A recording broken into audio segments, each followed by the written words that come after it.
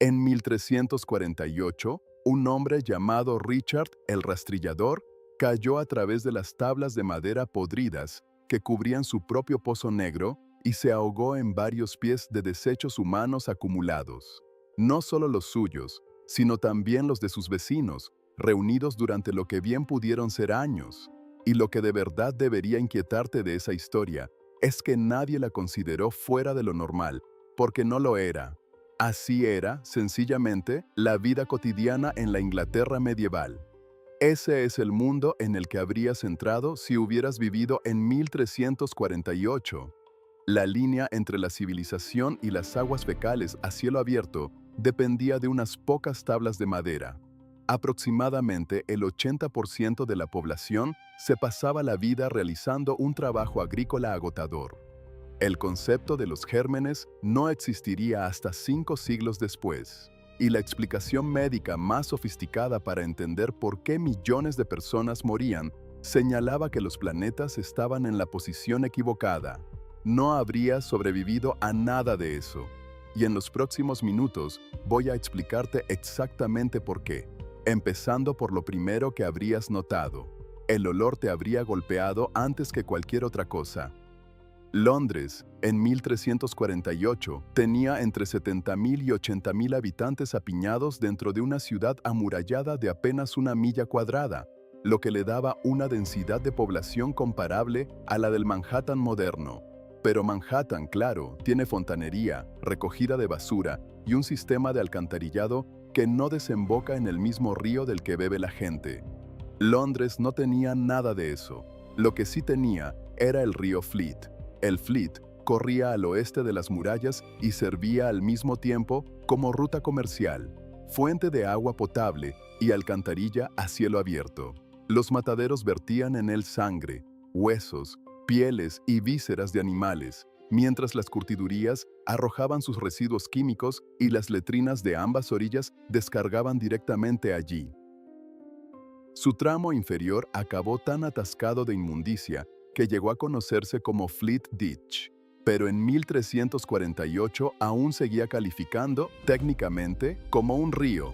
60 años antes de que la peste llegara, el hedor del Fleet ya se había vuelto tan insoportable que un prior carmelita, los frailes dominicos y el obispo de Salisbury firmaron una queja formal. Un obispo redactó una carta oficial sobre lo mal que olía un río, y eso ya te dice mucho sobre aquel río. La solución de las autoridades, en 1343, fue ordenar a los carniceros que arrojaran sus desechos al Fleet para que los restos animales dejaran de acumularse en las calles. Un historiador señaló con ironía que aquello resultó ser menos que ideal, y ese era el punto de partida incluso antes de que apareciera la peste negra. El propio rey Eduardo III escribió al alcalde de Londres en 1349 para quejarse de que las calles estaban, y apenas estoy parafraseando, llenas de excrementos humanos y el aire de la ciudad envenenado, con gran peligro para todo el que transitara por ella, especialmente en tiempos de enfermedad contagiosa. El rey de Inglaterra tuvo que decirle personalmente al alcalde de su capital que limpiara las heces humanas de las calles. Esa era tu normalidad. Todas las mañanas, en muchas ciudades, los cerdos vagaban libremente por las calles, y no eran los animales rosados y rollizos que estás imaginando. Los cerdos medievales eran más pequeños, más parecidos a jabalíes salvajes, con colmillos, pelo áspero y un temperamento acorde. Desenterraban huertos, atacaban a los transeúntes, sacaban cuerpos de los cementerios y, según las crónicas, llegaron a matar niños. Los hermanos hospitalarios de San Antonio tenían privilegios reales especiales que permitían a sus cerdos andar sueltos por las calles llevando pequeñas campanas, lo cual al menos te daba una advertencia antes de que un animal con colmillos te embistiera desde un callejón. Y en la ciudad de Exeter había un arroyo que llevaba oficialmente el nombre de Sheetbrook, no como apodo, sino en mapas reales que la gente usaba para orientarse. Ahora, déjame llevarte al interior de una vivienda medieval. Tu retrete, si tenías la suerte de vivir en un castillo, se llamaba garderobe, una pequeña cámara de piedra que sobresalía del muro, sostenida por ménsulas, con un agujero por el que los desechos caían al foso o a un pozo negro muy por debajo.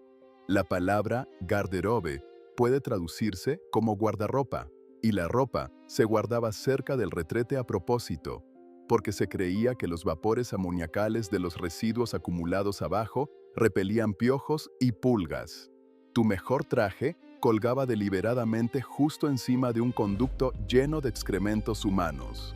Durante el asedio al Château Gaillard, en Francia, en 1204, soldados enemigos lograron entrar a la fortaleza trepando por un conducto de letrina.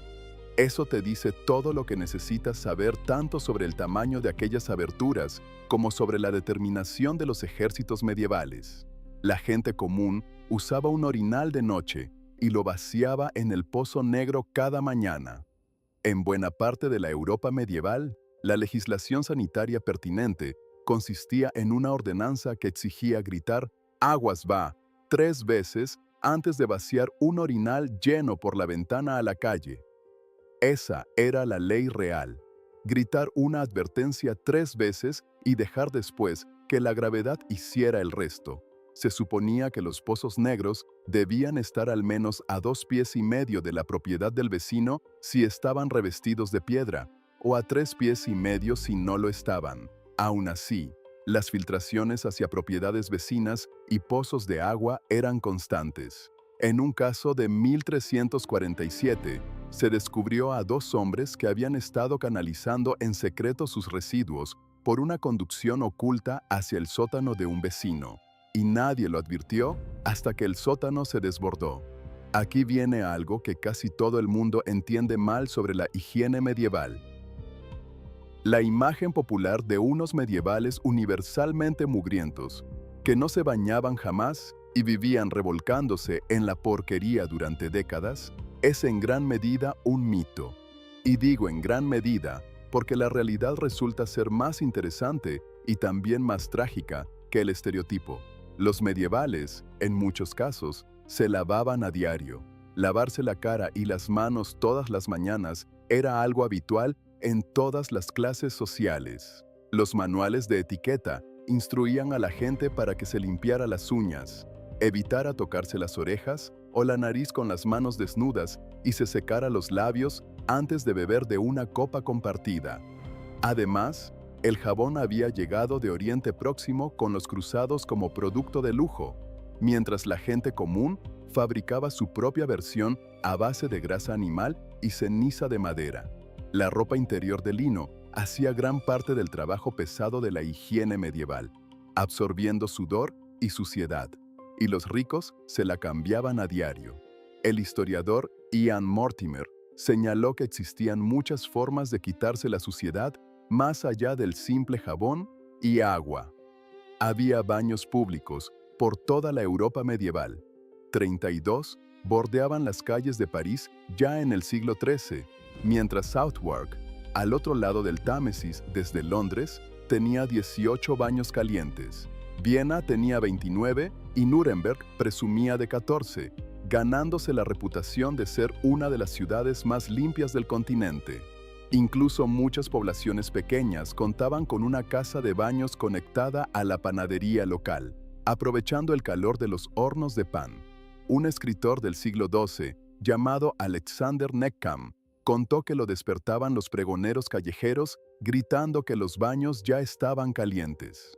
Las ilustraciones medievales muestran a gente sentada en grandes tinas de madera con tablas colocadas encima a modo de mesa, comiendo y socializando mientras se remojaban. Y el médico italiano del siglo XIV, Maino de Maineri, catalogó 57 formas distintas de bañarse.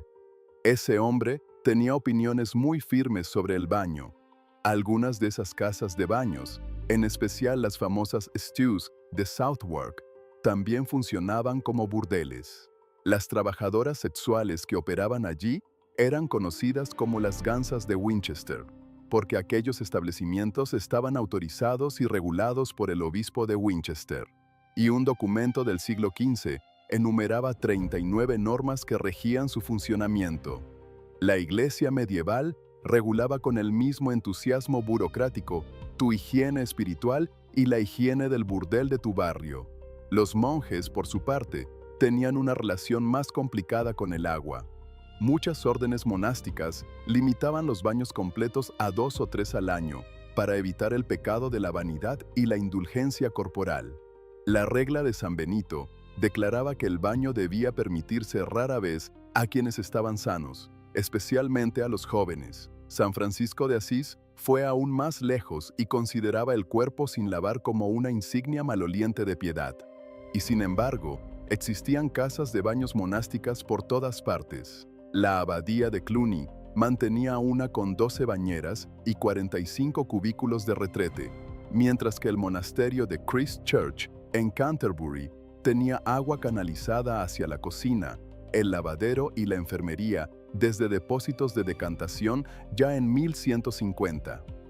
La iglesia sospechaba del baño y al mismo tiempo estaba profesionalmente comprometida con la fontanería. En todo el Mediterráneo, el mundo islámico funcionaba a un nivel completamente distinto. La Córdoba del siglo X, bajo dominio islámico, tenía más de 500.000 habitantes, alumbrado público, agua corriente y 300 baños públicos. Todo ello en una época en la que Londres apenas contaba con unos 10.000 habitantes y usaba el Támesis a la vez como suministro de agua y como retrete. Los hadices declaraban que la limpieza era la mitad de la fe, y los musulmanes realizaban abluciones rituales 5 veces al día antes de la oración. Los médicos árabes dedicaban capítulos enteros de sus tratados médicos a la higiene, la fabricación de jabón, los desodorantes y la pasta de dientes. Los cruzados que viajaban a Tierra Santa fueron descritos por escritores árabes como personas con un desprecio casi total por la higiene personal. Según esos relatos, hasta los caballeros más nobles presumían de bañarse no más de 4 veces al año. Así que no, los europeos medievales no eran los salvajes sucios de la imaginación popular, pero en comparación con sus contemporáneos islámicos, iban muy por detrás. Y lo que vuelve todo esto trágico, más que simplemente pintoresco, es que de verdad lo intentaban. Les importaba la limpieza, la buscaban, construyeron infraestructura en torno a ella. Nada de eso importó, porque lo único que les faltaba, lo único que realmente los habría salvado, era entender qué estaba causándoles la enfermedad. En 1348, la enfermedad se explicaba mediante 3 marcos teóricos, y los 3 eran erróneos. El primero era la teoría humoral, heredada de los antiguos griegos, que sostenía que el cuerpo contenía 4 humores: sangre, flema, bilis amarilla y bilis negra. La salud significaba equilibrio, la enfermedad, que uno de esos humores se había descompensado. El tratamiento consistía en restablecer ese equilibrio mediante sangrías, purgas o vómitos inducidos. El segundo marco era la teoría del miasma, la creencia de que el aire corrupto o envenenado que surgía de la materia podrida, los pantanos o los entornos insalubres provocaba la enfermedad. Esa creencia explica por qué la gente llevaba ramos de flores pegados a la nariz, por qué se fumigaban las casas con hierbas e incienso encendidos y por qué se usaban pomanders, pequeñas bolas aromáticas llenas de hierbas y especias, colgadas al cuello. Los suelos se cubrían con juncos y hierbas olorosas como albahaca, manzanilla, lavanda, menta y romero, todo para disimular los malos olores. No era exactamente superstición, seguía una lógica. Las cosas podridas huelen mal, la gente enferma huele mal, los lugares que huelen mal tienen más enfermos. La conclusión de que el mal aire causaba la enfermedad tenía sentido con las pruebas disponibles, aunque fuera completamente equivocada. El tercer marco era el más sencillo y el más psicológicamente devastador de todos. Dios estaba enojado, habías pecado y aquella peste era tu castigo. En octubre de 1348, Felipe VI de Francia encargó a la Facultad de Medicina de la Universidad de París, la institución médica más prestigiosa de Europa, un informe oficial sobre la causa de la peste. 49 de las mejores mentes médicas del continente unieron esfuerzos y concluyeron que una triple conjunción de Saturno, Júpiter y Marte en el signo de Acuario, el 20 de marzo de 1345, había corrompido la atmósfera. Apoyándose en Aristóteles, explicaron que la naturaleza cálida y húmeda de Júpiter, combinada con Marte, había causado la putrefacción del aire mismo, y ese informe se convirtió en la explicación médica sobre la peste más difundida y autorizada de toda Europa. Según aquellos 49 expertos, las personas con mayor riesgo eran quienes estaban cargados de malos humores, quienes llevaban una mala vida con demasiado ejercicio, sexo y baños, los que se preocupaban en exceso, y las personas corpulentas y de tez rojiza. Si eras obeso y ansioso, la Universidad de París prácticamente te había declarado hombre muerto. Los tratamientos encajaban a la perfección con esa comprensión equivocada. La sangría, es decir, que un médico te abriera una vena y te sacara sangre, era la intervención más común para casi cualquier enfermedad. Los bubones de la peste se abrían o se cauterizaban con hierro candente. Un remedio popular, llamado el método vicario, consistía en colocar el trasero desplumado de una gallina viva directamente sobre el bubón hinchado para extraer el veneno.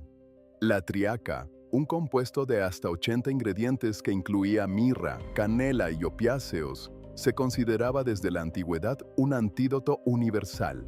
También circulaba el llamado vinagre de los 4 ladrones como otra supuesta cura. Y la oración completaba las opciones. Nada de eso funcionaba. Guy de Chauliac, médico personal del Papa Clemente VI y uno de los cirujanos más respetados de Europa, escribió con una sinceridad devastadora que los médicos se sentían inútiles y avergonzados porque no se atrevían a visitar a los enfermos por miedo al contagio, y cuando los visitaban podían hacer muy poco y no lograban nada. El propio Chauliac contrajo la peste, sufrió una fiebre continua y un bubón en la ingle, y de algún modo fue de los pocos que sobrevivieron. Aconsejó al Papa mantener fuegos encendidos de manera constante en sus aposentos, lo que quizá, sin saberlo, ayudó a ahuyentar a las pulgas. Otro médico, Raymond Chalmel de Viviers, reconoció que la sangría era completamente inútil contra la peste, pero siguió recetándola de todos modos, admitiendo que reservaba ese tratamiento específicamente para miembros de la curia romana que le caían mal. Puede que esa sea una de las declaraciones más honestas que haya hecho jamás un médico. Y el icónico traje del médico de la peste, la máscara con pico rellena de flores secas y hierbas, todavía no existía. Un médico francés no la inventaría hasta 1619, y el famoso grabado del Dr. Pico es de 1656. Solo se han encontrado 2 ejemplares físicos de esas máscaras, ambos de la Alemania del siglo XVII.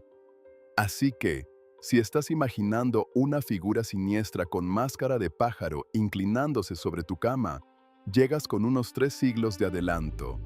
En 1348, tu médico simplemente aparecía con un cuchillo y una gallina. La medicina era espectacularmente mala. Y de verdad no puedo recalcarlo lo suficiente, pero aún no hemos llegado a lo que comías y bebías, y merece la pena quedarse por eso. El suministro principal de agua de Londres pasaba por el Great Conduit, autorizado en 1236, un sistema de tuberías de plomo y madera que recorría entre 3 y 4 millas desde los manantiales de Tyburn hasta una cisterna en Cheapside. A mediados del siglo XIV, la ciudad contaba con 12 sistemas de conducción, con agua dispensada desde grifos y entregada a domicilio por aguadores a cambio de una tarifa. Aquella infraestructura era, sinceramente, impresionante para la época.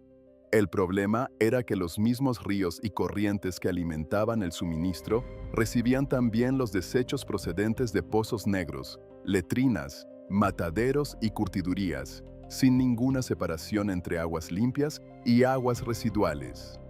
Bebías aguas abajo de tu propio retrete.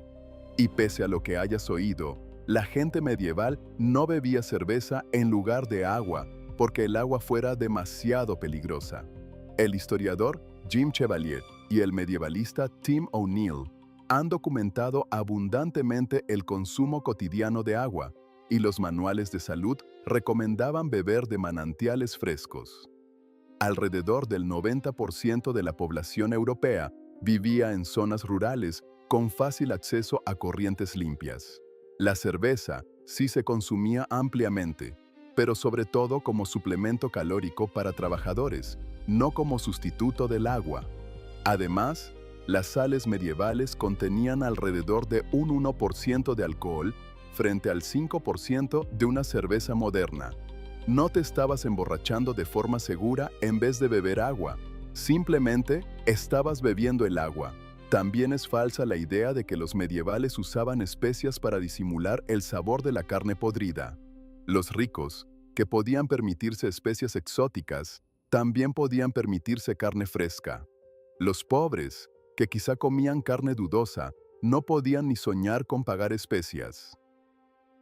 Y existían leyes que castigaban a los mercaderes que vendían alimentos en mal estado con tiempo en el cepo público.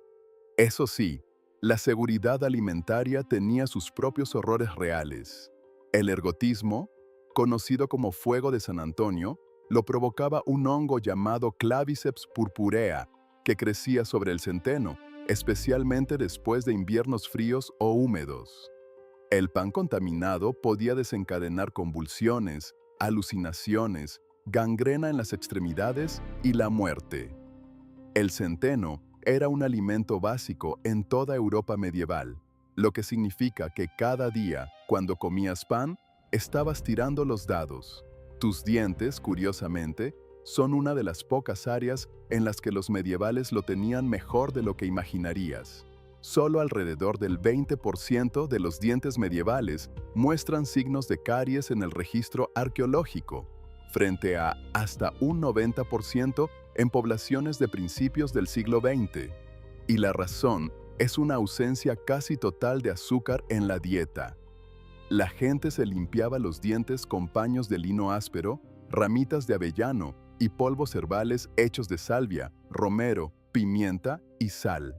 El propio Guy de Chauliac recomendaba eliminar el sarro excesivo y usar enjuagues antisépticos. Gerald de Gales señaló que los campesinos galeses se frotaban los dientes hasta que brillaban como marfil. El problema mayor era el desgaste dental producido por comer cada día pan molido en piedra, con pequeñas partículas abrasivas que iban destruyendo lentamente el esmalte a lo largo de la vida. Y cuando aparecía un problema dental de verdad, tus opciones quedaban reducidas a un barbero cirujano armado con tenazas y sin anestesia, operando bajo la creencia de que unas diminutas lombrices dentro del diente causaban las caries. El tratamiento consistía en acercar una vela encendida al diente para ahuyentar con humo a los gusanos.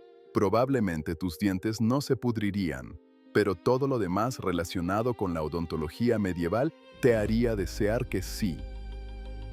Y fue en ese mundo de pozos negros, agua contaminada, zanjas pestilentes, arroyos inmundos, ropa colgada sobre conductos de excrementos y pan de centeno que podía provocarte gangrena, donde llegó la peste negra. Hoy sabemos que comenzó en Asia Central. Un estudio de 2022, publicado en Nature, rastreó el origen hasta Kara Jigach, cerca del lago Issyk-Kul, en el actual Kirguistán, donde lápidas de 1338 y 1339 inscritas en siríaco mencionan una pestilencia, y el análisis de ADN confirmó una cepa ancestral de Yersinia pestis, la bacteria que acabaría matando a decenas de millones.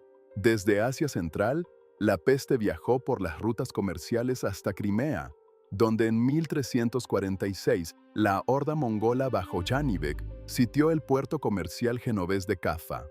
La peste devastó al ejército sitiador y, según el cronista Gabriele de Musi, los mongoles catapultaron cadáveres infectados por encima de las murallas, aunque los estudiosos modernos discuten si eso ocurrió realmente. Lo que sí es seguro es que los mercaderes genoveses huyeron de Cafa por mar llevándose la peste con ellos. 12 de esos barcos atracaron en Mesina, Sicilia, en octubre de 1347, y la mayoría de los marineros ya estaban muertos. Los vivos iban cubiertos de hinchazones oscuras, bubones que supuraban sangre y pus, y la ciudad expulsó las naves casi de inmediato. Pero ya daba igual. La peste ya había desembarcado. Génova, Venecia y Marsella cayeron en enero de 1348. Florencia la siguió en marzo. París y Burdeos en junio. A finales de ese mismo junio, la peste había cruzado el Canal de la Mancha hasta el puerto de Melcombe Regis, en Dorset, y en noviembre llegó a Londres. Se movía más rápido que los ejércitos, más rápido que las noticias. Giovanni Boccaccio, escribiendo desde Florencia, describió cómo la peste pasaba de los enfermos a los sanos mediante el contacto normal, incluso al tocar ropa u objetos, extendiéndose como fuego entre leña seca. En su relato, el hermano abandonaba al hermano, el tío al sobrino, la hermana al hermano y los padres a sus propios hijos. Algunos caminaban con ramilletes de flores apretados contra la nariz, creyendo que la fragancia confortaría el cerebro frente al hedor de los cadáveres y los cuerpos enfermos que llenaban el aire. Entre marzo y julio, afirmaba él, murieron más de 100.000 personas solo dentro de las murallas de Florencia. En Siena, un hombre llamado Agnolo di Tura del Grasso dejó escritas 5 palabras que han resonado a lo largo de 7 siglos. Enterré a mis 5 hijos con mis propias manos, y añadió, nadie lloraba muerte alguna, porque todos esperaban la muerte. Se cavaban grandes fosas y se apilaban los cuerpos en profundidad. Algunos quedaban tan mal cubiertos que los perros los desenterraban y los devoraban en las calles. Florencia perdió entre el 50% y el 80% de su población en esos meses. Venecia perdió más de 90.000 personas. Un fraile en la pequeña aldea francesa de Givry, que llevaba meticulosos registros de defunciones, solía contar entre 28 y 29 funerales al año. Pero en 1348 registró 649 muertes, casi la mitad solo en septiembre. En toda Europa, la investigación moderna sitúa la mortalidad entre el 30% y el 65% de la población total en solo 6 años. El historiador Ole Benedictou calcula la cifra en torno al 60%, unos 50 millones de muertos de una población de 80 millones. Florencia tardaría 500 años en recuperar su población anterior a la peste.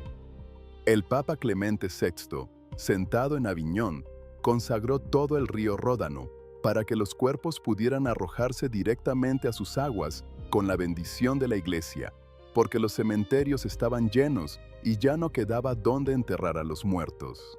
En el peor momento, había 400 entierros diarios, y el Papa perdió al menos 6 cardenales en un solo año.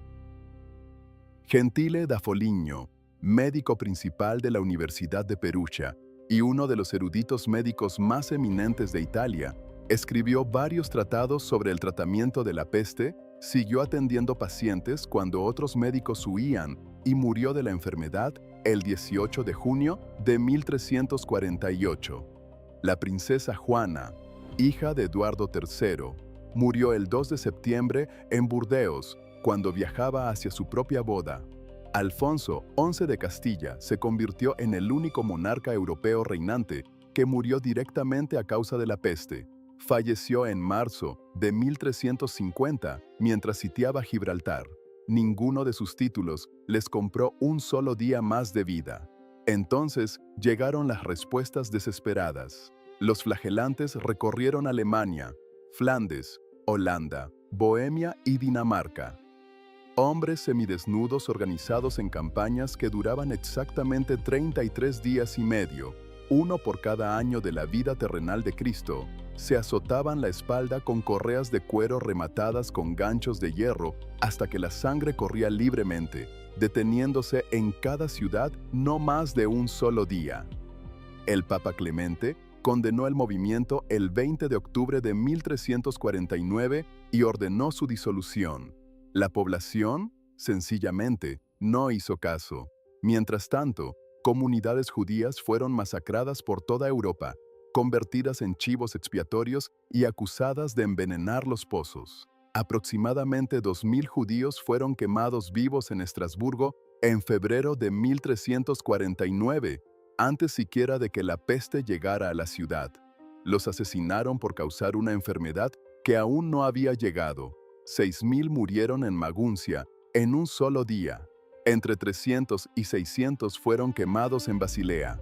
Clemente VI emitió 2 bulas papales defendiendo a los judíos, señalando en julio y septiembre de 1348 que los judíos morían de peste al mismo ritmo que los cristianos. No sirvió de nada. Y aquí está la ironía más oscura de toda esta historia. La peste y el terror que generó ayudaron a destruir lo único que los medievales estaban haciendo y que sin saberlo, realmente les beneficiaba: bañarse. En las décadas y siglos posteriores a la peste negra, arraigó la idea de que el agua caliente abría los poros de la piel y permitía que la enfermedad entrara en el cuerpo. Las casas de baños, que habían sido durante generaciones instituciones sociales prósperas, comenzaron a cerrar. Y la epidemia de sífilis de la década de 1490 aceleró aún más el derrumbe. En 1526, el filósofo Erasmo observó que los baños públicos, que solo 25 años antes habían estado de moda en los Países Bajos, habían desaparecido por completo. Enrique VIII ordenó cerrar las stews de Southwark en 1546. La historiadora Catherine Aschenburg demostró que los europeos se volvieron mediblemente menos limpios durante el Renacimiento y la Primera Edad Moderna de lo que habían sido en la Edad Media, lo que significa que el miedo a la enfermedad volvió a la gente más vulnerable a la enfermedad. El verdadero siglo de la suciedad no fue el XIV, sino el XVII. Tú no habrías vivido lo suficiente para verlo, porque en 1348 tus probabilidades de sobrevivir eran más o menos las de lanzar una moneda al aire, y probablemente peores. Habrías vivido en una ciudad que olía como una letrina abierta, habrías bebido agua contaminada por los desechos de tus vecinos y habrías comido pan que podía provocarte alucinaciones y gangrena. Un médico que creía que las estrellas te habían enfermado, te habría sacado sangre, y si eso no funcionaba, quizá habría presionado una gallina viva contra tus ganglios inflamados, y habrías visto morir, en el espacio de unos pocos meses, a entre 1/3 y 2/3 de todas las personas que habías conocido en tu vida. Pero si sobrevivías, el mundo que te esperaba estaba tan despoblado que ovejas y vacas vagaban por campos abandonados y cultivos podridos sin que quedara nadie para atenderlos. Henry Knighton, cronista de Leicester, lo expresó con crudeza cuando escribió que muchas aldeas y caseríos quedaron completamente desolados y que ya no quedaba nadie en las casas porque quienes las habían habitado habían muerto. Nadie podía contratar a un segador por menos de 8 peniques con comida incluida, ni a un guadañador por menos de 12, porque el trabajo, de repente, había adquirido valor cuando tantos trabajadores habían desaparecido. Ibn Khaldún, escribiendo en 1377, captó todo el peso de lo sucedido. La civilización, tanto en Oriente como en Occidente, fue visitada por una peste destructiva que devastó a las naciones y provocó la desaparición de las poblaciones. Y añadió que se tragó muchas de las cosas buenas de la civilización y que el mundo habitado entero cambió. Y sí, cambió.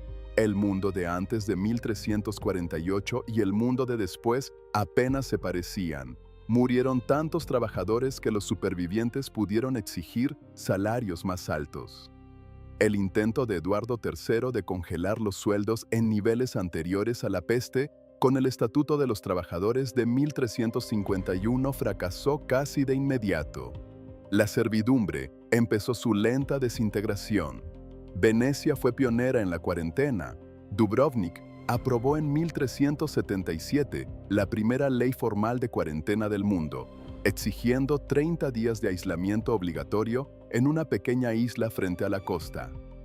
Milán, bajo la familia Visconti, llegó a tapiar casas enteras con personas infectadas y sanas encerradas juntas dentro, una medida brutal, espantosa y eficaz, que dejó a la ciudad con una mortalidad de solo el 15%, mientras las ciudades vecinas perdían la mitad de su población. La salud pública, la epidemiología y la propia idea de que los gobiernos tienen el deber de proteger a sus ciudadanos de la enfermedad nacen, en buena medida, de las respuestas desesperadas y a menudo crueles frente a la peste negra. Pero en 1348, nada de eso había ocurrido todavía. En 1348, tenías un orinal, un garderobe, un río lleno de residuos de matadero, un médico que pensaba que tus humores estaban desequilibrados y una oración para que la conjunción de Saturno, Júpiter y Marte se resolviera sola. Guardabas la ropa encima de una pila de desechos humanos para mantener alejadas a las pulgas. Y eso, en aquella época, se consideraba buena higiene, lo cual te dice absolutamente todo lo que necesitas saber sobre el siglo XIV.